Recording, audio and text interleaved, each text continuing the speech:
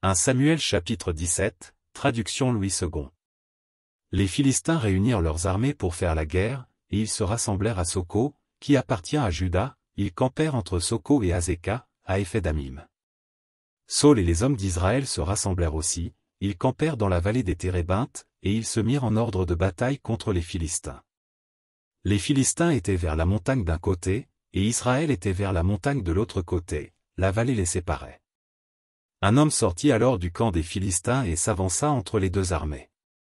Il se nommait Goliath, il était de Gath, et il avait une taille de 6 coudées et un empan. Sur sa tête était un casque d'airain, et il portait une cuirasse à écailles du poids de 5000 cycles d'airain. Il avait aux jambes une armure d'airain, et un javelot d'airain entre les épaules. Le bois de sa lance était comme une ensouple de tisserand, et la lance pesait 600 cycles de fer. Celui qui portait son bouclier marchait devant lui.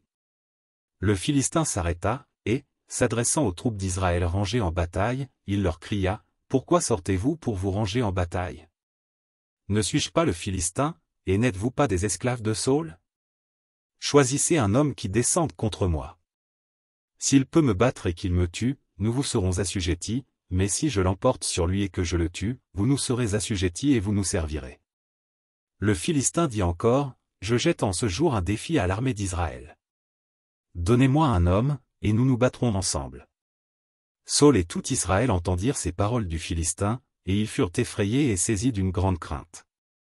Or David était fils de cet Éphratien de Bethléem de Juda, nommé Isaïe, qui avait 8 fils, et qui, du temps de Saul, était vieux, avancé en âge.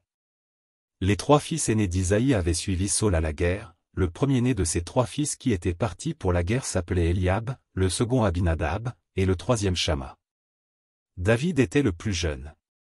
Et lorsque les 3 aînés eurent suivi Saul, David s'en alla de chez Saul et revint à Bethléem pour faire paître les brebis de son père.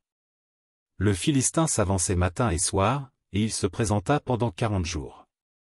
Isaïe dit à David, son fils, « Prends pour tes frères cet épha de grains rôtis et ces 10 pains, et cours au camp vers tes frères. Porte aussi ces 10 fromages au chef de leurs milliers. Tu verras si tes frères se portent bien, et tu m'en donneras des nouvelles sûres. » Ils sont avec Saul et tous les hommes d'Israël dans la vallée des Térébintes, faisant la guerre aux Philistins. David se leva de bon matin. Il laissa les brebis à un gardien, prit sa charge, et partit, comme Isaïe le lui avait ordonné. Lorsqu'il arriva au camp, l'armée était en marche pour se ranger en bataille et poussait des cris de guerre. Israël et les Philistins se formèrent en bataille, armée contre armée.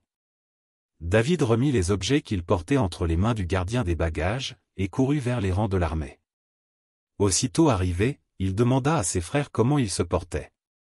Tandis qu'il parlait avec eux, voici, le Philistin de Gath, nommé Goliath, s'avança entre les 2 armées, hors des rangs des Philistins. Il tint les mêmes discours que précédemment, et David les entendit. À la vue de cet homme, tous ceux d'Israël s'enfuirent devant lui et furent saisis d'une grande crainte. Chacun disait, « Avez-vous vu s'avancer cet homme?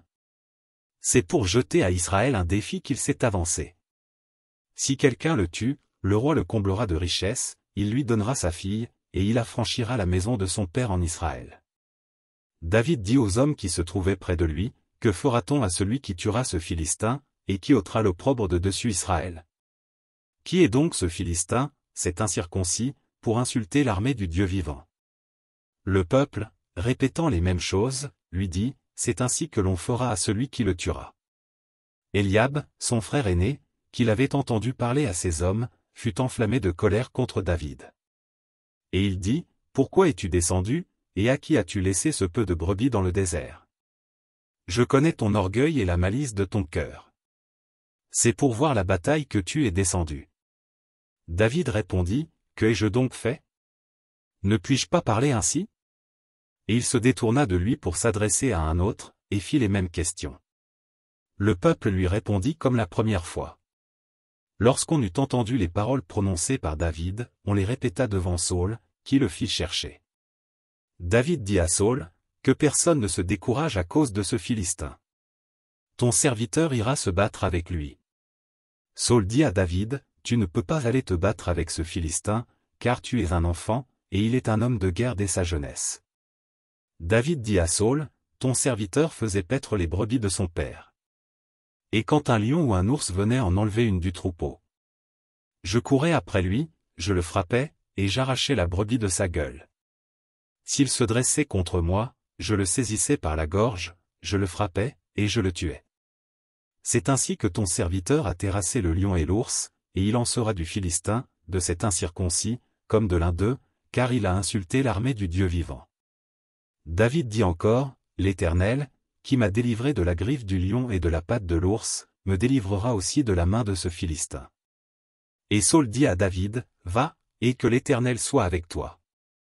Saul fit mettre ses vêtements à David, il plaça sur sa tête un casque d'airain, et le revêtit d'une cuirasse.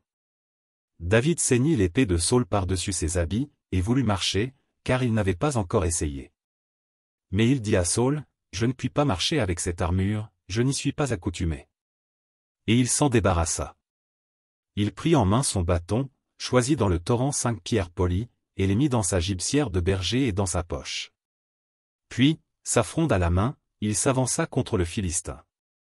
Le Philistin s'approcha peu à peu de David, et l'homme qui portait son bouclier marchait devant lui.